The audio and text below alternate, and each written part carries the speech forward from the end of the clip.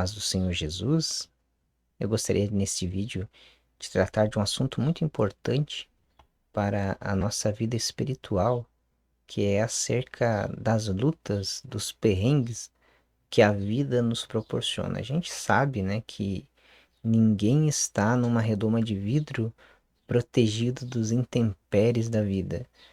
Volta e meia, na nossa vida cristã, a gente acaba encontrando algumas tempestades e como lidamos com essas tempestades é muito importante, né? Muitas pessoas, elas acabam desfalecendo na fé quando encontram as dificuldades. E eu gostaria de compartilhar com vocês então uma leitura bíblica que se encontra lá no livro do profeta Naum, no capítulo de número 1, o versículo de número 3, que diz assim: O Senhor é tardio em irar-se, mas grande em poder, e ao culpado não tem por inocente. O Senhor tem o seu caminho na tormenta e na tempestade, e as nuvens são o pó dos seus pés. Então aqui o profeta Naum, ele traz uma visão acerca de Deus, né, a sua compreensão acerca de Deus no meio da sua profecia. E essa compreensão aqui é muito maravilhosa e importante. Por quê? Porque Naum, ele foi chamado por Deus para profetizar o juízo contra Nínive, a capital assíria, após Nínive ter cometido muitas atrocidades no mundo.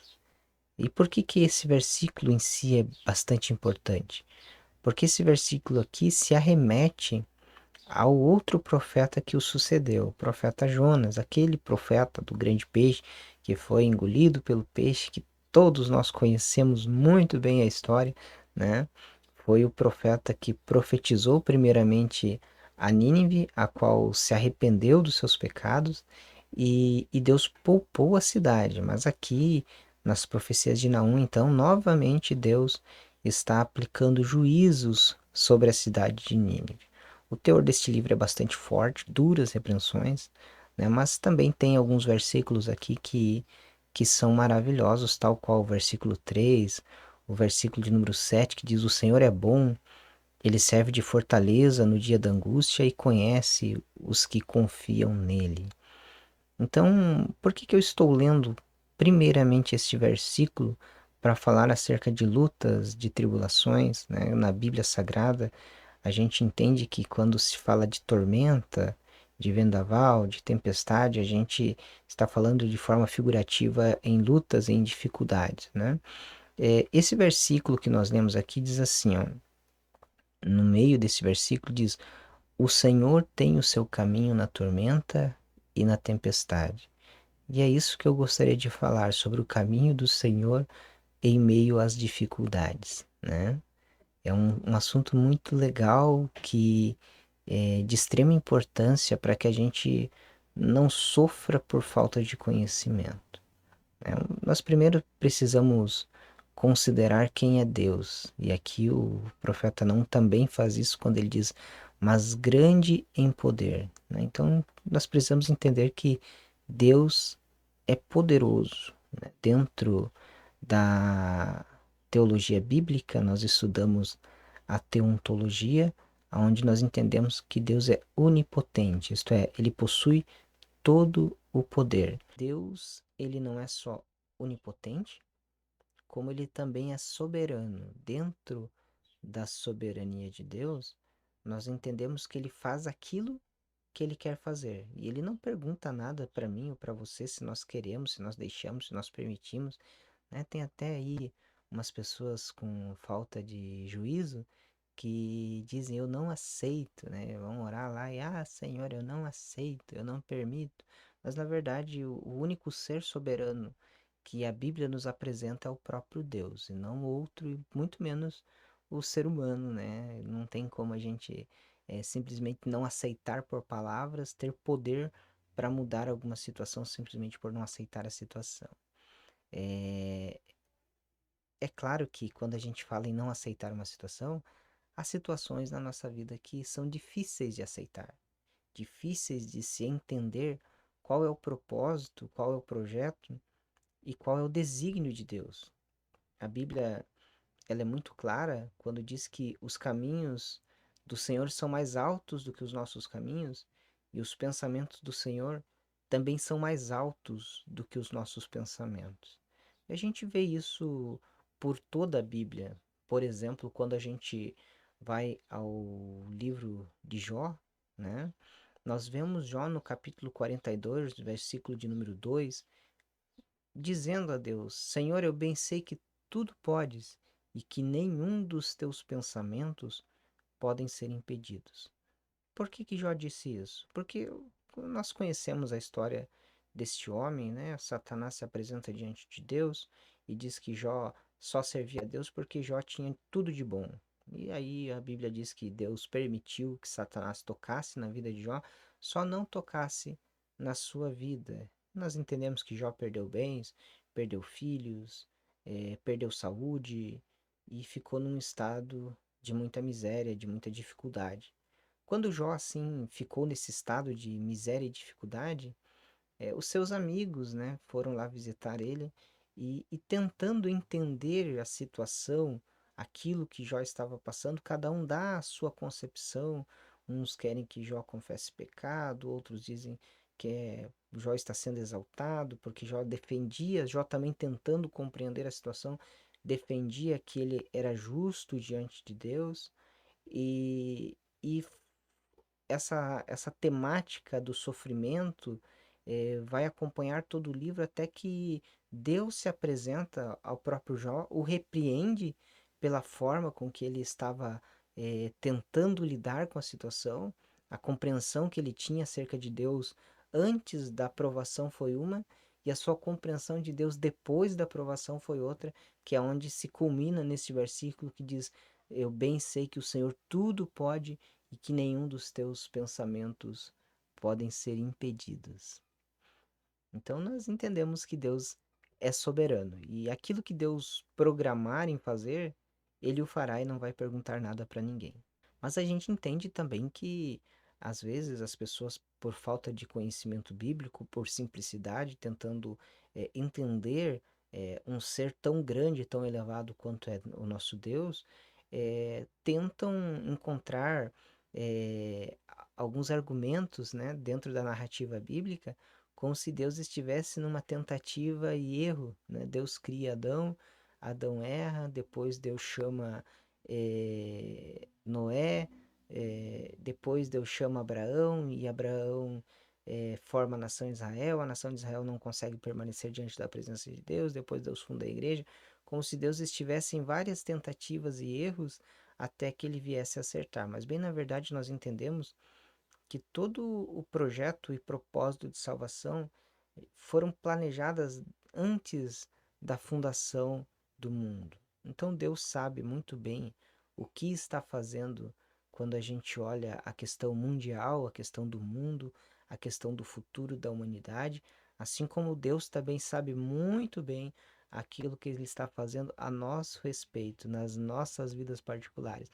Nada foge ao olhar de Deus e aos seus propósitos, que muitas das vezes são mais elevados do que os nossos. Em relação às dificuldades, a gente tem também, né, uma passagem muito conhecida nos evangelhos, os discípulos lá, o mar revolto, o vento soprando e Jesus dormindo no barquinho. E aí alguém vai lá, acorda Jesus: Senhor, não se te dá que pereçamos. E a Bíblia diz que Jesus acorda, pergunta para eles por que eles estavam tendo medo e os chama de homens de pequena fé. E a Bíblia diz que Jesus acalma o mar e repreende aquela tempestade e tudo se faz bonança. E é muito interessante porque os discípulos se admiraram com a capacidade de Cristo de repreender o mar, de repreender o vento e daquela tempestade se dissipar pela palavra de Deus. Então Deus nunca é pego de surpresa em nenhuma das situações. E ele tem todo o poder para fazer tudo aquilo que lhe aprouver no momento que lhe aprouver. Jesus poderia ter acordado no barquinho já no início da tempestade e dito: Aquieta-te, mar, acalma-te, vento, porque eu estou aqui com os meus discípulos.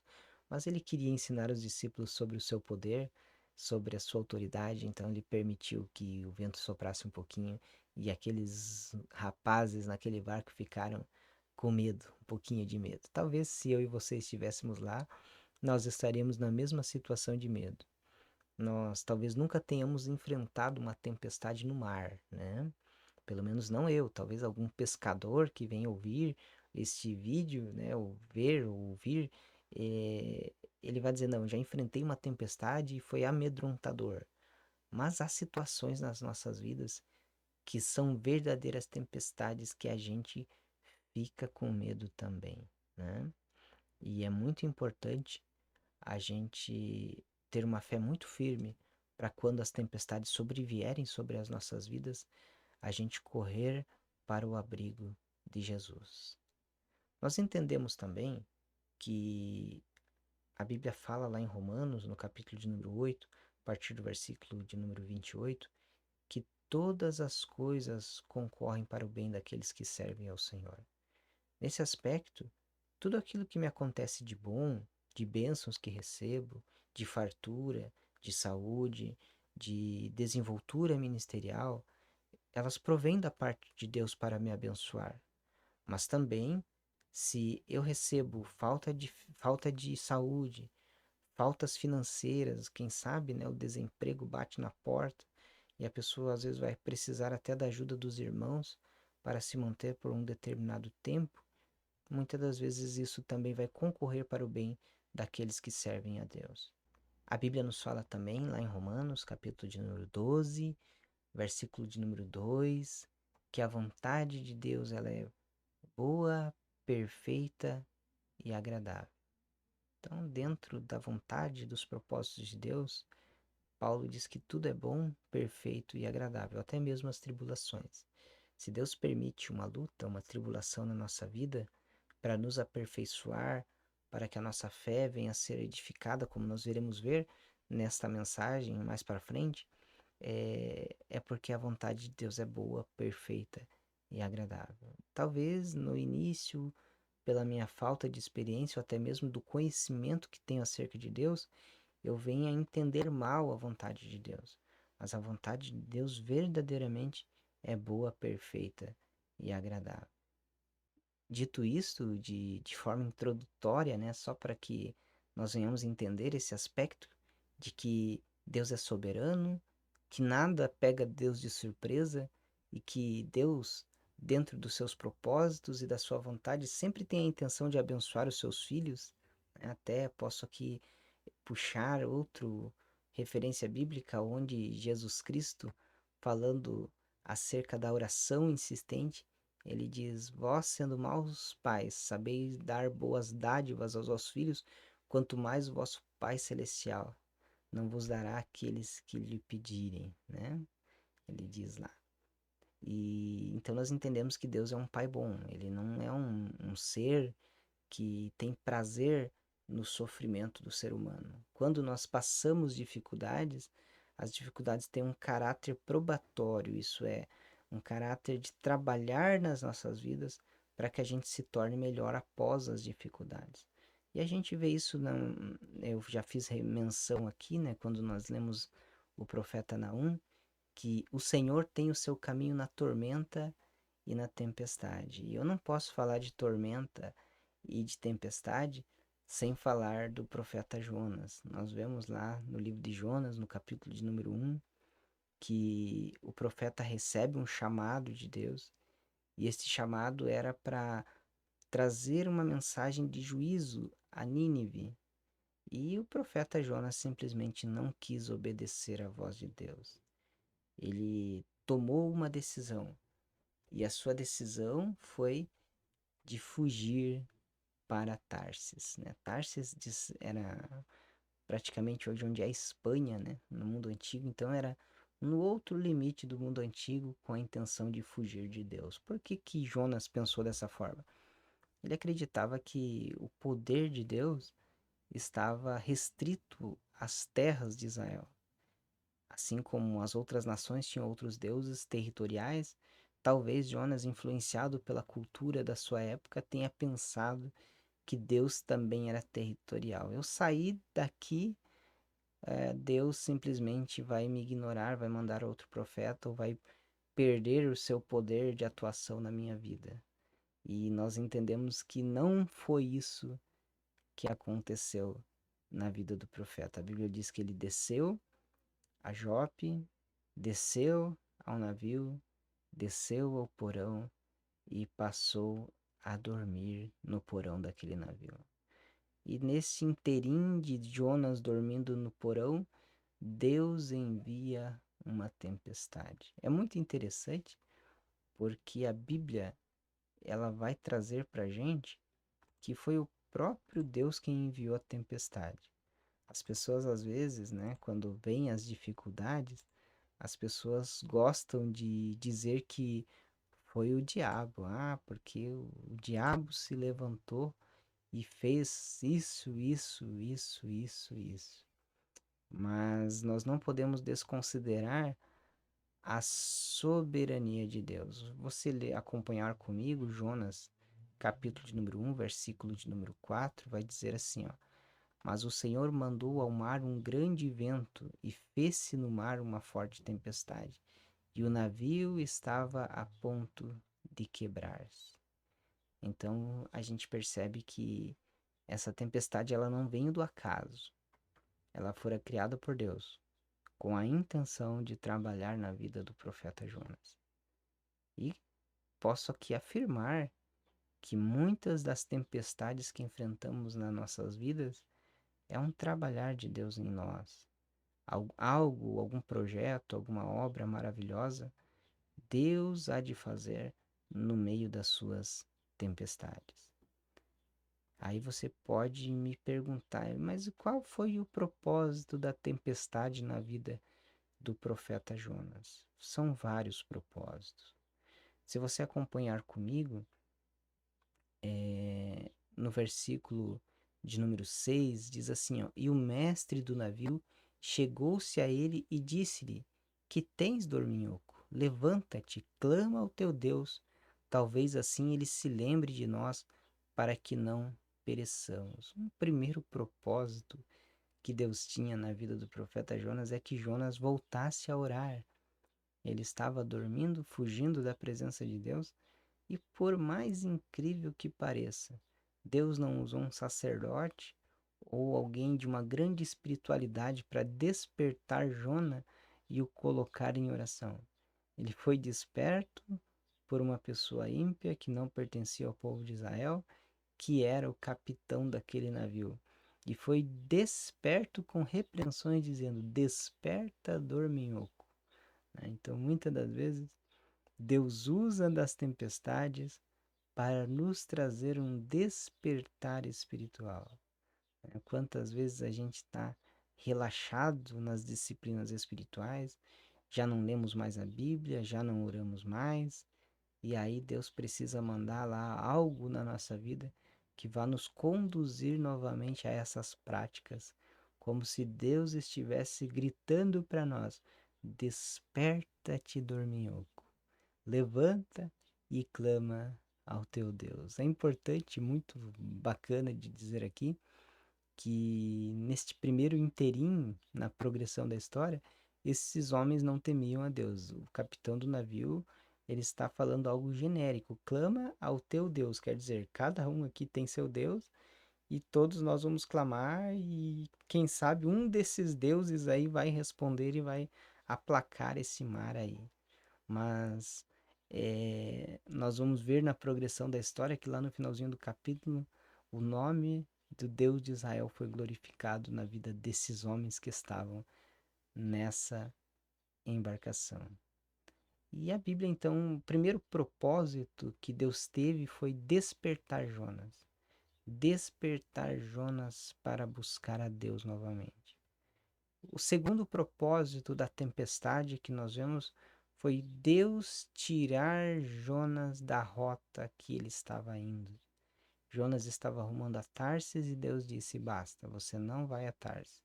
Você vai fazer aquilo que eu lhe mandei fazer. Deus, por sua soberania, assim estava tratando com a vida do profeta Jonas. Então a Bíblia diz né? Se nós continuarmos a leitura aqui, aqueles homens lançaram sortes e a sorte caiu sobre Jonas, né? E aí vem o versículo de número 8 com algumas perguntas, aonde aqueles homens perguntaram assim: Então lhe disseram: Declara-nos tu agora, por causa de quem nos sobrevém este mal? Que ocupação é a tua? De onde vens? Qual é a tua terra? E de que povo és tu? Eu posso dizer também aqui que uma das características que uma tempestade provocada por Deus pode causar na nossa vida é revelar quem somos, né? Principalmente quando estamos fugindo da realidade. Porque nós seres humanos, nós temos essa característica. Se tem algo que nos produz sofrimento, que nos produz dificuldade e não comodidade, a gente procura fugir, né? Mesmo que seja saudável, né? Por exemplo, quando a gente fala de exercícios físicos, a vontade é correr longe, né? Mas muitas das vezes, com moderação, obviamente, os exercícios físicos fazem bem à saúde do corpo, né? Mas a gente prefere ficar sentado comendo coisas gostosas e aí a gente acaba tendo problemas de saúde, exatamente porque a gente tem essa tendência de comodismo e às vezes Deus precisa nos despertar espiritualmente também, para que a gente não esteja acomodado. E Deus precisa mostrar para a gente o que tem no nosso coração. Esta declaração de Jonas não serviu somente para os marinheiros, mas serviu para ele mesmo, porque ele precisou testemunhar acerca de Deus e quem ele era para aqueles homens que estavam naquele navio. Nós vemos que no versículo de número 9, Jonas responde àqueles homens e diz: Eu sou hebreu e temo ao Senhor, o Deus do céu, que fez o mar e a terra seca. Então esses homens se encheram de grande temor e disseram: Por que fizestes tu isto? Pois sabiam os homens que fugia da presença do Senhor, porque ele lhe tinha declarado. Jonas agora, ele conta toda a sua história àqueles homens. E aqueles homens o dizem: Mas por que que você fez isso? Por que que você fugiu da presença de Deus? Então perceba que a tempestade teve essa característica de revelar a Jonas, aqueles homens, quem ele era. E também dar uma oportunidade de Jonas de expressar aquilo que ele era para aqueles homens. Também houve a oportunidade de Jonas testemunhar que ele servia a um Deus que era maior do que os deuses que aqueles homens estavam acostumados a lidar. Ele é um Deus que é o Deus do céu que fez o mar e a terra seca. Isto é, todas as coisas estão nos domínios e sob o poder de Deus. O versículo de número 12 do capítulo de número 1 vai dizer assim, ó: E ele lhes disse: Levantai-me e lançai-me ao mar, e o mar se vos aquietará, porque eu sei que por minha causa vos sobrevenho esta grande tempestade. Então aqui Jonas novamente reconhecendo as suas misérias, reconhecendo que tudo aquilo estava acontecendo por causa das suas más escolhas ou más decisões. Eu sei, né? Você vai dizer bem assim também, quem mandou ser desobediente à voz de Deus, se Deus falou, tá falado, e assim por diante. Porém, se você parar para pensar comigo, Jonas não foi o único profeta que teve dificuldades em discernir a vontade e o propósito de Deus. Nós temos, por exemplo, grandes homens que tiveram essa dificuldade. Nós vemos Moisés, quando Deus disse para ele: Moisés, fala com a rocha. E Moisés vai lá e fere a rocha. Moisés teve dificuldades de entender qual era o propósito e qual era a vontade de Deus, mesmo Deus falando com ele. Nós temos o profeta Elias, que após operar grandes milagres, fazer Deus, por intermédio do profeta, fazer descer fogo do céu.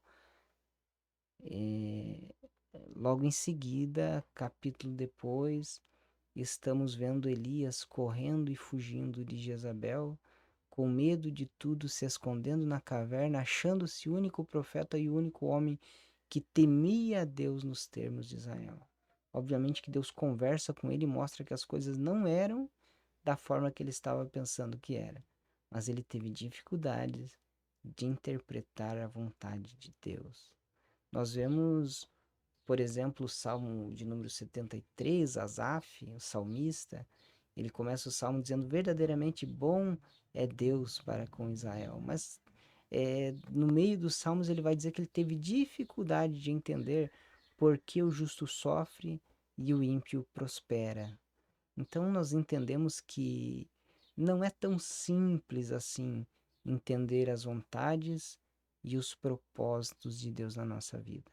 Mas é importante que a gente venha a entender.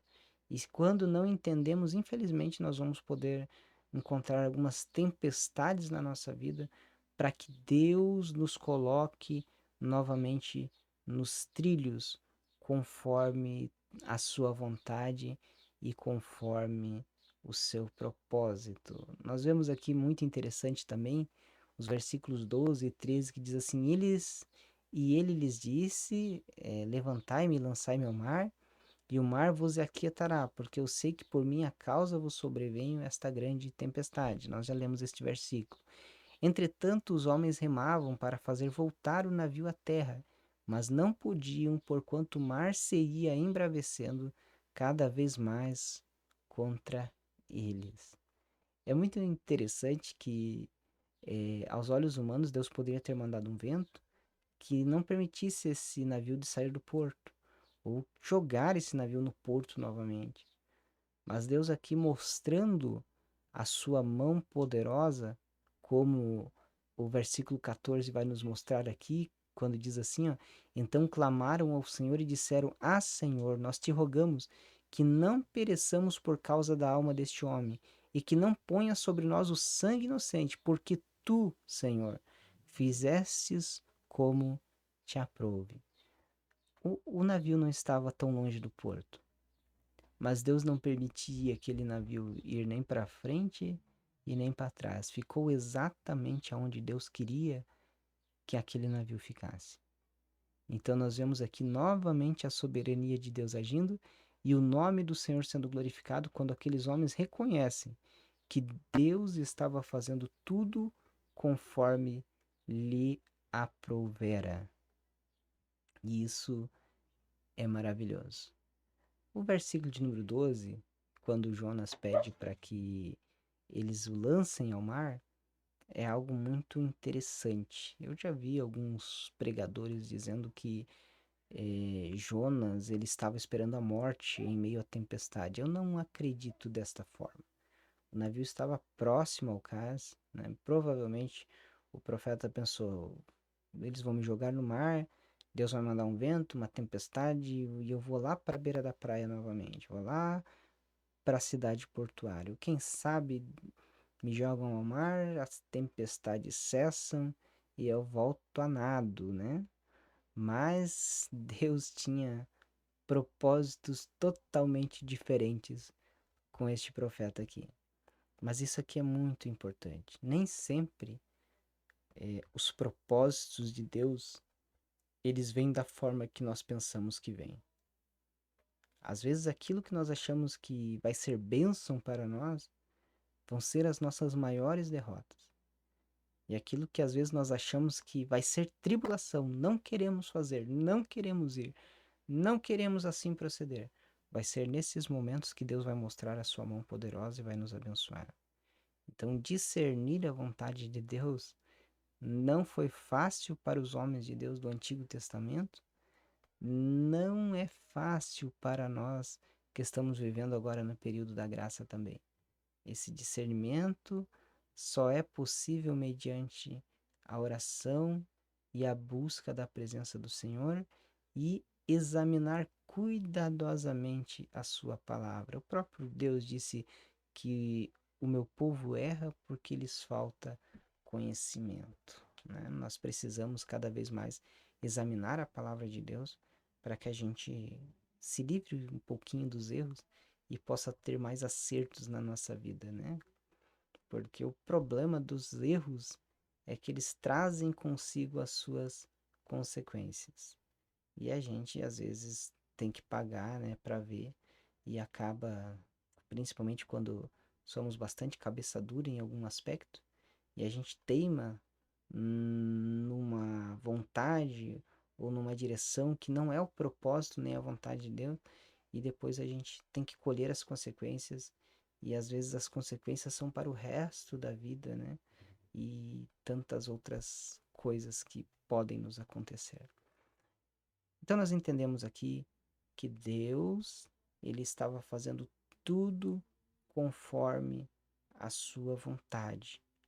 Logo Jonas, lançado ao mar, não foi jogado para o cais, não teve vento que o levou para lá, muito pelo contrário. A Bíblia diz que o mar cessou, né? Versículo 15 diz: E levantaram a Jonas e o lançaram ao mar, e cessou o mar da sua fúria. Versículo 16: Temeram, pois, esses homens ao Senhor com grande temor, e ofereceram sacrifícios ao Senhor e fizeram votos. Então veja que mesmo diante da atitude errada do profeta de ir a Tars, Deus glorifica o seu nome, enviando aquela tempestade, mostrando para aqueles homens quem ele era, e agora existem pessoas gentílicas, ímpias, as quais Jonas não queria pregar aos ninivitas, mas ele prega para esses gentios no navio e eles se convertem a Deus no meio daquela tempestade, vivendo a mão poderosa do Senhor. Porém, como todas as atitudes nossas possuem consequências, Deus ainda não havia terminado de trabalhar na vida do profeta Jonas. O versículo de número 17 diz: Preparou, pois, o Senhor um grande peixe para que tragasse a Jonas, e esteve Jonas 3 dias e 3 noites na entranha do peixe. Note que o peixe não estava ali por acaso, não foi uma coincidência, mas a narrativa bíblica diz que o próprio Deus preparou um grande peixe para que tragasse a Jonas. Aquele peixe tinha uma missão: engolir o profeta. É engraçado, porque Jonas inicia o seu livro com uma missão que ele não cumpre. Agora vem um peixe, que é um ser de intelecto muito inferior ao ser humano, e cumpre um propósito de Deus, de engolir Jonas, de ficar com Jonas por 3 dias e 3 noites e depois vomitar Jonas na beira da praia, né? Então, às vezes, Deus usa até mesmo a natureza, até mesmo os animais, até mesmo as coisas que não são, para confundir as que são. O peixe não era profeta, mas era mais obediente do que um profeta, né? Então, a gente tem muito a que aprender com a Bíblia e, e com essas questões. E depois nós temos o profeta clamando na barriga do peixe, o capítulo de número 2, dos versículos 1 ao versículo de número 10, mostra a oração de Jonas, né? E nessa oração aqui, Jonas, ele vai nos dar uma imagem de como era o ventre do peixe, né? O versículo de número 5 diz: As águas me cercaram até a alma, o abismo me rodeou e as algas se enrolaram na minha cabeça. Há um outro versículo que diz assim, o versículo de número 3 também, ele está falando, né, sobre como era o ventre do peixe, o 2 e o 3, E disse: Na minha angústia clamei ao Senhor, e ele me respondeu. Do ventre do inferno gritei, e tu ouvistes a minha voz. Porque tu me lançastes no profundo, no coração dos mares. E a corrente das águas me cercou, todas as tuas ondas e as tuas vagas têm passado por cima de mim. Jonas entendia que ele estava submerso. Jonas entendia que ele estava dentro do peixe. E Jonas entendia que tudo aquilo era um propósito de Deus. E agora, o profeta Jonas, com um coração quebrantado, começa a clamar a Deus e Deus tem misericórdia deste profeta. É muito importante a gente entender que Deus está perto de quem tem um coração quebrantado. E muitas das vezes as lutas e as tribulações têm este caráter de quebrar o nosso coração para que a gente possa se achegar diante de Deus com o coração quebrantado. A Bíblia diz que Deus dá graça aos humildes, mas ele resiste aos soberbos. Então que possamos aprender com o profeta Jonas que Deus pode utilizar as dificuldades da vida para que o nosso coração seja quebrado. Na verdade, eu aprendi muitos anos atrás com o pastor João dos Passos, que já é falecido, uma verdade muito importante. Ele dizia que o mesmo sol que endurece o barro derrete a cera. E ele falava acerca das provações na vida do cristão. As provações elas podem ter dois efeitos em nós: ou nos derretermos diante da presença de Deus, como o coração de Jonas aqui foi derretido a ponto de ele dizer: Na minha angústia clamei ao Senhor. E esse derretimento vir com a resposta de Deus e ele me respondeu.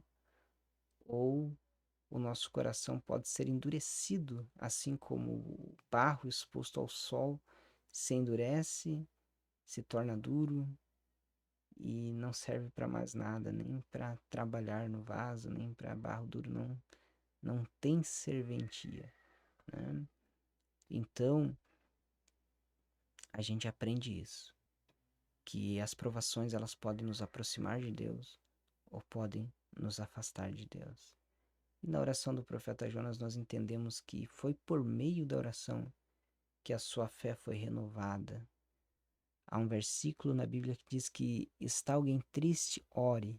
Né? Parece que hoje as coisas estão diferentes, né? Você vê alguém triste, fala assim, vai lá na minha igreja, lá tem um grupo de louvor bem abençoado e você vai ficar feliz. Mas a Bíblia dá uma receita diferente. Está alguém triste, ore, está alguém alegre, cante louvores. Nós precisamos aprender que a oração na vida do cristão, ela tem uma função terapêutica. Quando nós lançamos diante de Deus todas as nossas ansiedades, nós conseguimos, mesmo diante das dificuldades, como aqui Jonas estava nas dificuldades, mesmo não vendo a resposta da oração, ele já está dizendo: Na minha angústia clamei ao Senhor e ele me respondeu. Então, quando nós estamos fervorosos em oração, nós sabemos que a resposta de Deus vem. Quando nós conseguimos lançar diante de Deus todas as nossas ansiedades, nosso coração descansa, nossa alma encontra alento, nosso coração encontra força para caminhar. E alguém até pode olhar para nós e dizer assim: Mas como é que ele está caminhando com tantas dificuldades?